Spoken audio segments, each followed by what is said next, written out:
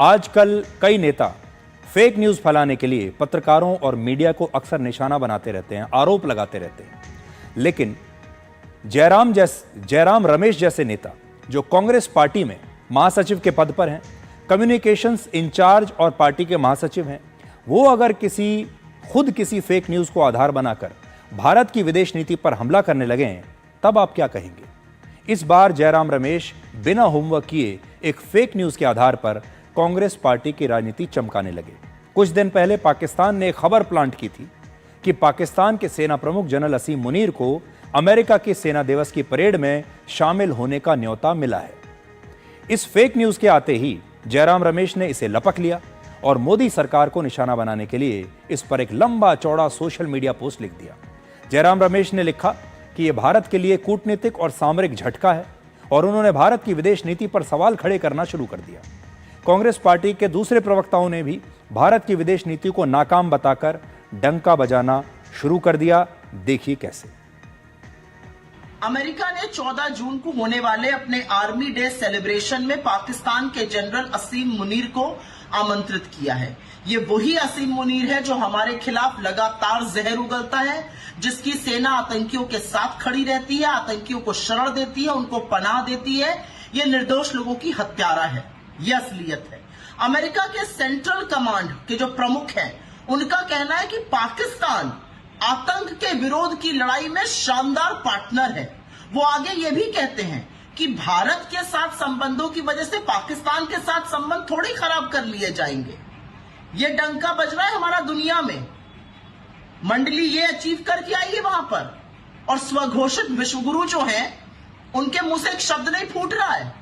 इससे बड़ा कूटनीति का, फॉरेन पॉलिसी का, डिप्लोमेसी का और कोई फेलियर हो सकता है?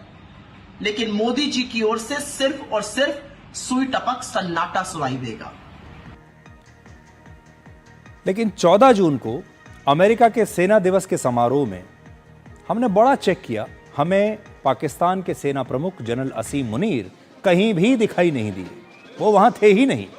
और फिर अमेरिका ने यह स्पष्ट किया कि उन्होंने तो जनरल असीम मुनीर को बुलाया ही नहीं था, और यह खबर बिल्कुल गलत है कि उन्हें अमेरिका की तरफ से कोई न्योता दिया गया है। अब भारत में जयराम रमेश की ट्रोलिंग हो रही है और बीजेपी के नेता उनसे पूछ रहे हैं कि फेक न्यूज़ फैलाने के लिए वो माफ़ी कब मांगेंगे। आपको याद होगा, इससे पहले G7 की बैठक जो कनाडा में होने वाली है, उसमें प्रधानमंत्री मोदी के न्योते को लेकर भी इससे पहले जयराम रमेश ने एक अफवाह फैलाई थी। उन्होंने कहा था कि G7 की बैठक में भारत के प्रधानमंत्री मोदी को नहीं बुलाया गया है, उनको निमंत्रण न मिलना भारत की कूटनीतिक विफलता है, विदेश नीति की एक बहुत बड़ी विफलता है। ये खबर भी गलत निकली। सच ये है कि G7 की बैठक के लिए प्रधानमंत्री को निमंत्रण मिला है और प्रधानमंत्री इस बैठक में हिस्सा लेने के लिए ही अभी निकले हैं। इस समय साइप्रस में हैं और बाद में वो कनाडा जाएंगे, G7 की बैठक में शामिल होंगे। असल में प्रधानमंत्री मोदी का विरोध करते करते कांग्रेस पार्टी भारत का ही विरोध करने लगी है। अब इस फेक न्यूज के आधार पर कि पाकिस्तान के जनरल को अमेरिका में बुलाया गया है सेना दिवस के मौके पर, उन्होंने ये कहना शुरू कर दिया कि भारत के सांसदों के जितने भी डेलीगेशंस गए थे दुनिया में हमारी बात रखने के लिए, वो सब फेल हो गए, वो सब अपना काम नहीं कर पाए। ये भारत की बहुत बड़ी हार है। जबकि वो ये भूल गए कि इन डेलीगेशंस में कांग्रेस के नेता भी गए थे।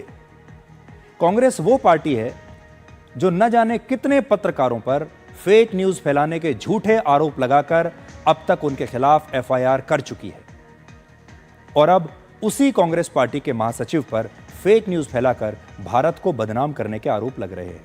इसलिए हम तो यही कहना चाहेंगे कि अब समय आ गया है जब कांग्रेस पार्टी को इस घटना से सीख लेकर अपना भी एक आत्मविश्लेषण जरूर करना चाहिए।